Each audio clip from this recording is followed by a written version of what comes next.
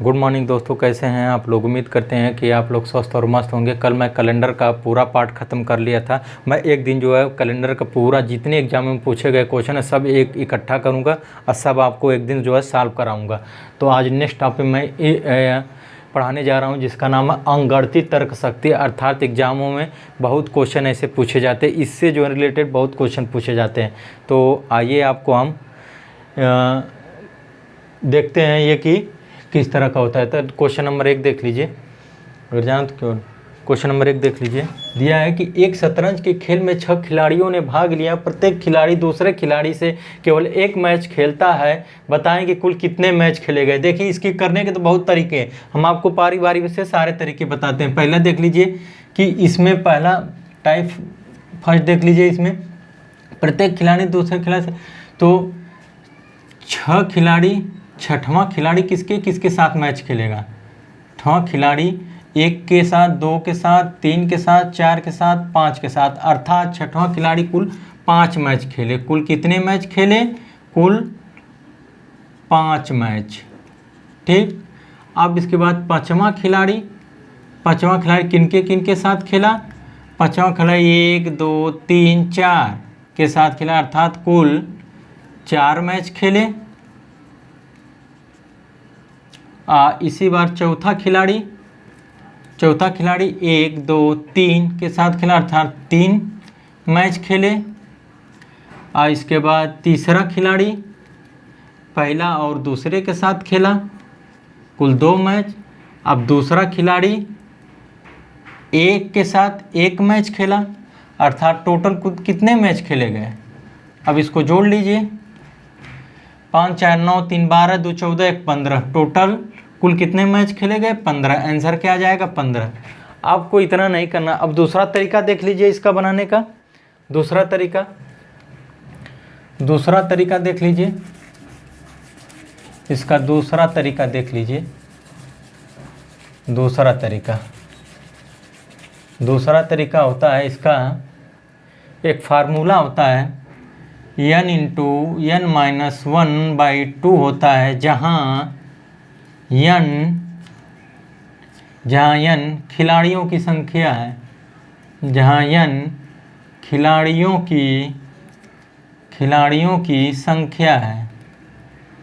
खिलाड़ियों की संख्या है।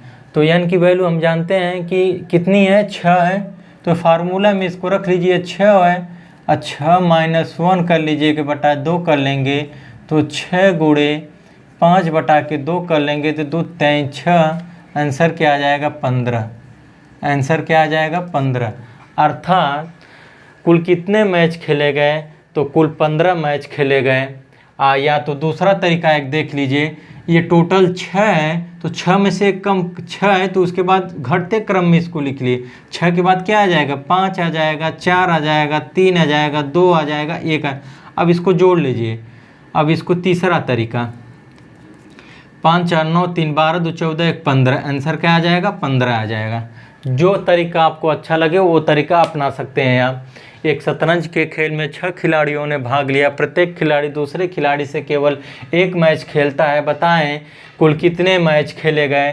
तो इसका फार्मूला होता है n × n-1/2 होता है, जहाँ n खिलाड़ियों की संख्या दिया गया है। n खिलाड़ियों की संख्या दी गई है, तो खिलाड़ियों की संख्या 6 दी गई है। 6 - 1 कर लेंगे, बटे के 2 कर लेंगे, तो सॉल्व कर लेंगे तो आंसर आ जाएगा 15 मैच खेले गए। या तो टोटल 6 खिलाड़ी थे, इसको घटते हुए क्रम में लिखिए। 6 के बाद 5 आएगा, 5 के बाद 4 आएगा, 3 आएगा, 2 आएगा, 1, इसको सभी को जोड़ लीजिए तो आंसर क्या आ जाएगा?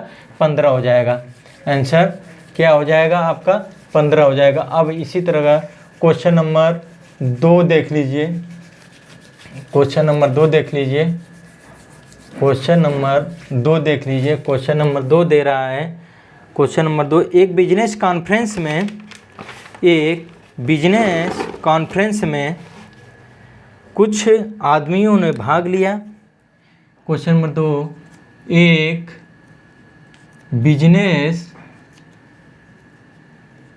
बिजनेस कॉन्फ्रेंस में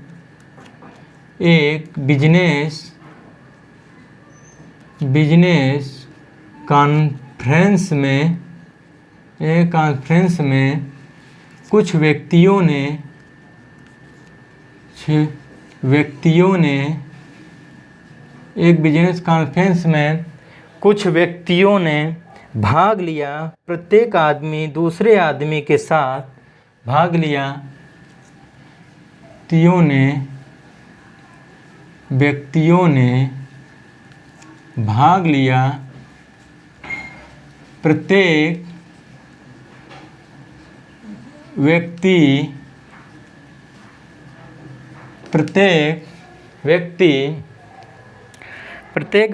दूसरे व्यक्ति के साथ की एक बार हाथ मिलाता है। प्रत्येक व्यक्ति दूसरे व्यक्ति के साथ प्रत्येक व्यक्ति दूसरे व्यक्ति के साथ केवल एक बार हाथ मिलाता है तो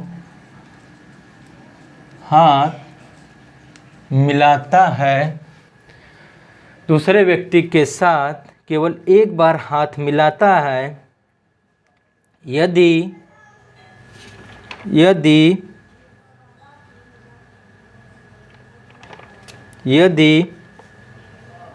कुल 210 बार हाथ मिलाए गए।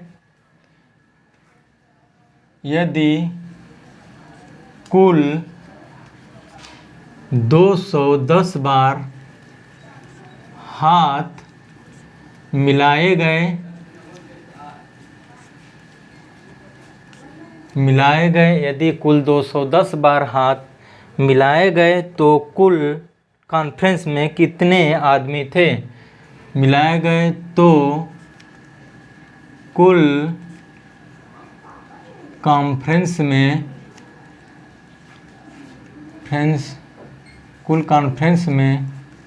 कितने व्यक्ति थे? करा क्वेश्चन नंबर 2 देख लीजिए।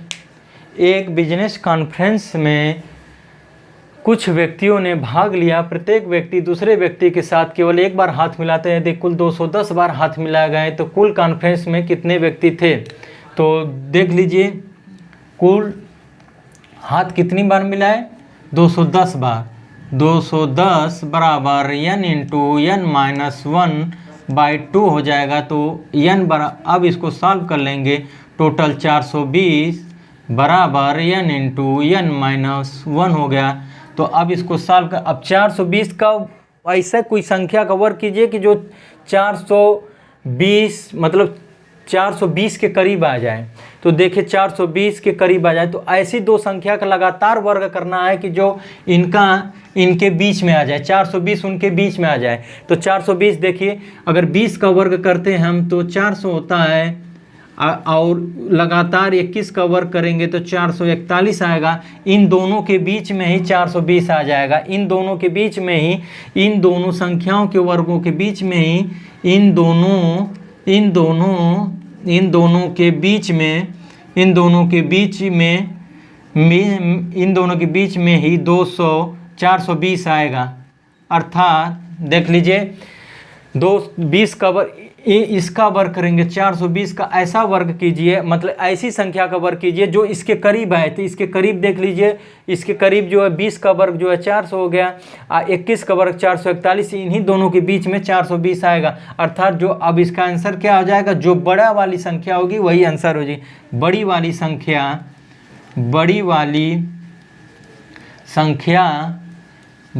संख्या ही उत्तर होगा। बड़ी वाली संख्या का ही मतलब बड़ी वाली संख्या ही उत्तर होगा। अर्थात बड़ी वाली संख्या क्या है, 21 है। तो आंसर हमारा क्या आ जाएगा, 21। आंसर क्या आ जाएगा, 21। तो दे रहा है, ये बिजनेस कॉन्फ्रेंस में कुछ व्यक्तियों ने भाग लिया। प्रत्येक व्यक्ति दूसरे व्यक्ति के साथ केवल एक बार हाथ मिलाता है। हाथ मिलाने वाले क्वेश्चन में उसका फार्मूला होता है n इंटू n-1/2 होता है। तो कुल 210 बार हाथ मिलाए गए, टोटल 210 बार हाथ मिलाए गए। तो बताए कॉन्फ्रेंस में कुल कितने व्यक्ति थे। तो अब इसको जो है साफ कर लेंगे, तो इसका गुणा तिर्यक गुणा हो जाता है। इसका जो है इसका तिर्यक गुणा हो जाएगा, तो 420 हो जाएगा, 2 का गुणा 210 में हो जाएगा, 420 बराबर n × n-1 हो जाएगा। अब इसका वर्ग करेंगे, ऐसा वर्ग करेंगे 420 का जो इसके करीब आ जाए इन संख्या के।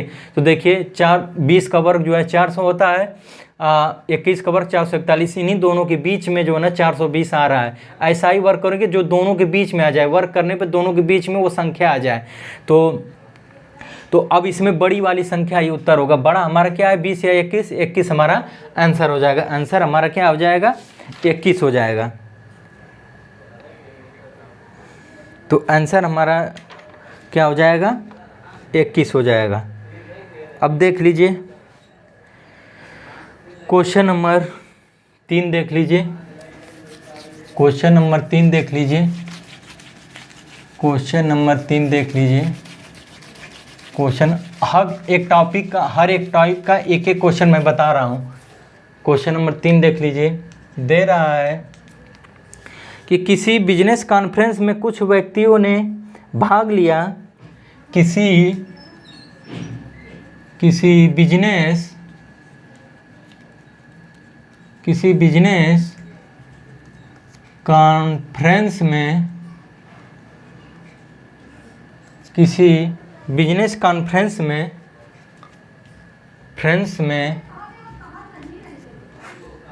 बिजनेस कॉन्फ्रेंस में कुछ व्यक्तियों ने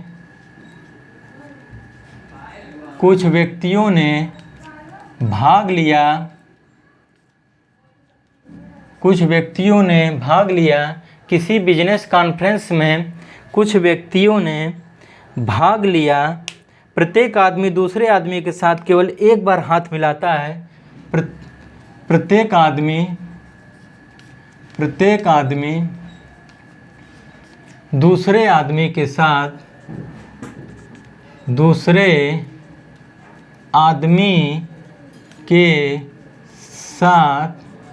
प्रत्येक आदमी दूसरे आदमी के साथ केवल एक बार हाथ मिलाता है।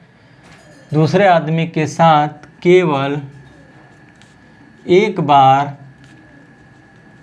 हाथ मिलाता है।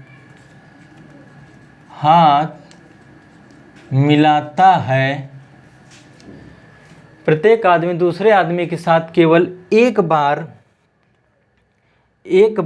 प्रत्येक आदमी दूसरे आदमी के साथ केवल एक बार हाथ मिलाता है। केवल एक बार हाथ मिलाता है। यदि उन्होंने आने पर एक बार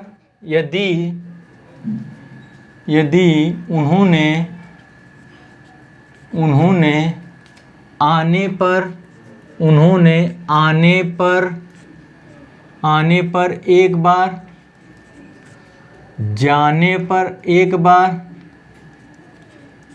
उन्होंने आने पर एक बार तथा जाने पर दूसरी बार तथा एक बार तथा जाने पर दूसरी बार और कुल 132 बार हाथ मिलाए। जाने पर दूसरी बार और कुल 132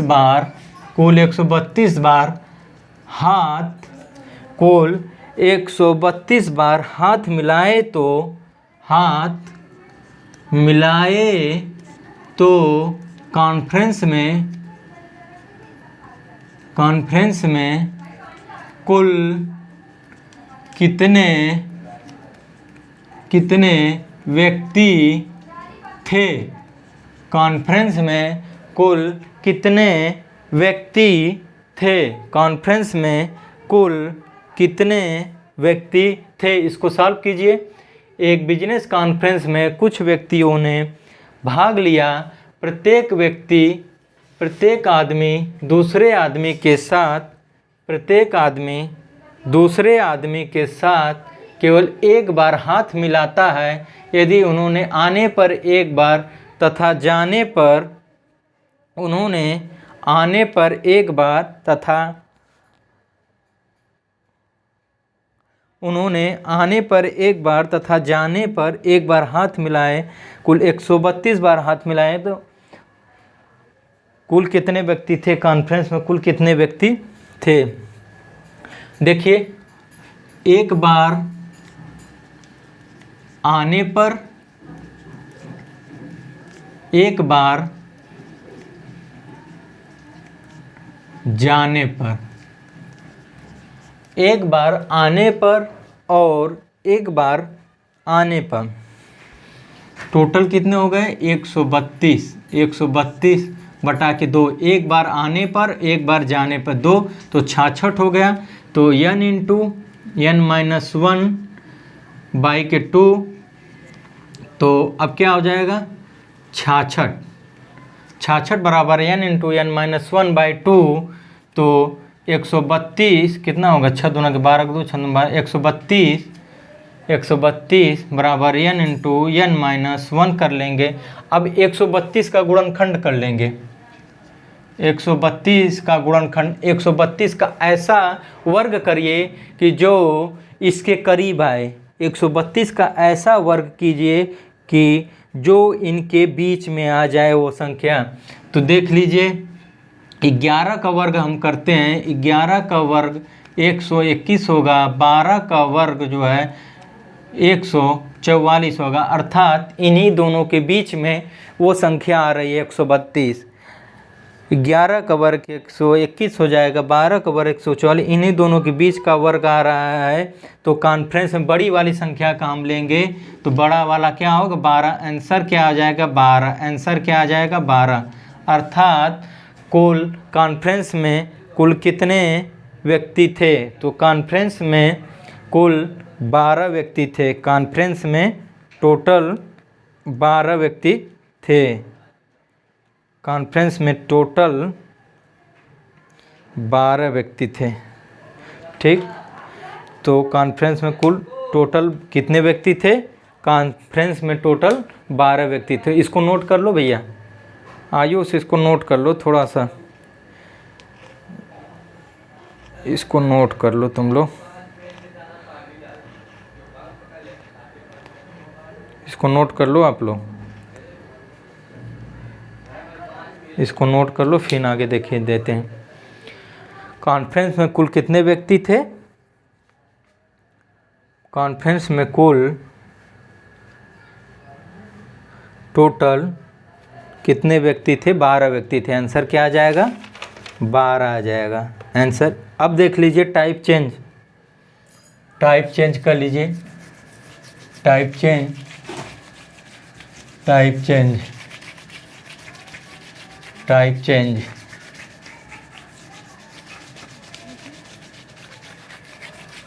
टाइप चेंज कर लीजिए। ये एक पार्टी में टाइप चेंज, टाइप 2 देख लीजिए। एक पार्टी में, एक पार्टी में, एक पार्टी में हर किसी ने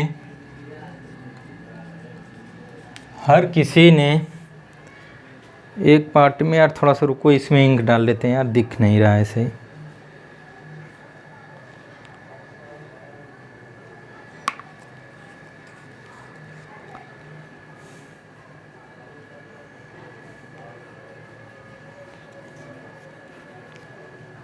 इंक डाल लेते हैं इसमें। एक पार्टी में, एक पार्टी में, एक पार्टी में इंक तो डाल दिए यार, चलो अब इसको देख लेते हैं। एक पार्टी में, हाँ देख लीजिए, एक पार्टी में हर किसी ने हर किसी को एक गिफ्ट दिया। एक पार्टी में, एक पार्टी में हर किसी ने, हर किसी ने, हर किसी ने हर किसी को, हर किसी को एक गिफ्ट एक गिफ्ट दिया, एक पार्टी में हर किसी ने हर किसी को एक गिफ्ट दिया। यदि वितरित की गई गिफ्टों की संख्या 210 है, यदि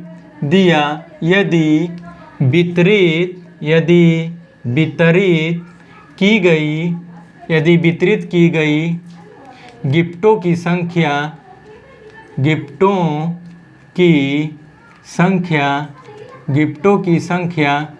यदि वितरित की गई गिफ्टों की संख्या 210 हो तो पार्टी में कुल कितने व्यक्ति थे? 210 हो तो पार्टी में कितने व्यक्ति थे? तो देख लीजिए, पार्टी वाला जब गिफ्ट दिया, गिफ्ट वाले क्वेश्चन में हम इस तरह का क्वेश्चन सॉल्व नहीं करेंगे। गिफ्ट वाले क्वेश्चन में n इंटू n-1 का प्रयोग नहीं करेंगे। क्यों?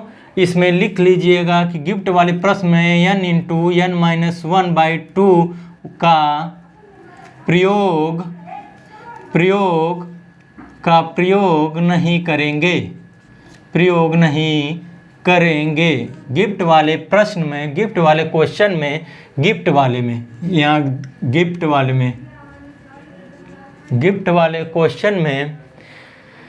n इंटू n-1 का प्रयोग नहीं करेंगे। किस लिए नहीं प्रयोग करेंगे? कि यदि हम किसी को गिफ्ट देते हैं तो ये उम्मीद नहीं करते हैं कि अगला हम मुझे कोई गिफ्ट देगा ही।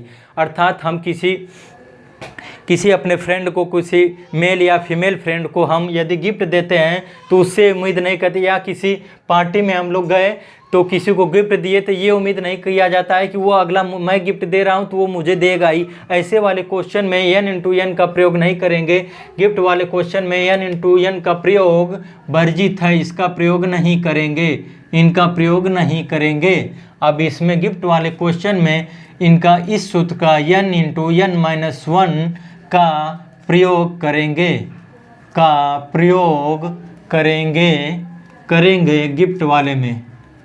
गिफ्ट वाले क्वेश्चन में गिफ्ट वाले में n का प्रयोग करेंगे, इसका प्रयोग नहीं करेंगे, इनका प्रयोग नहीं करेंगे। गिफ्ट में इनका प्रयोग करेंगे।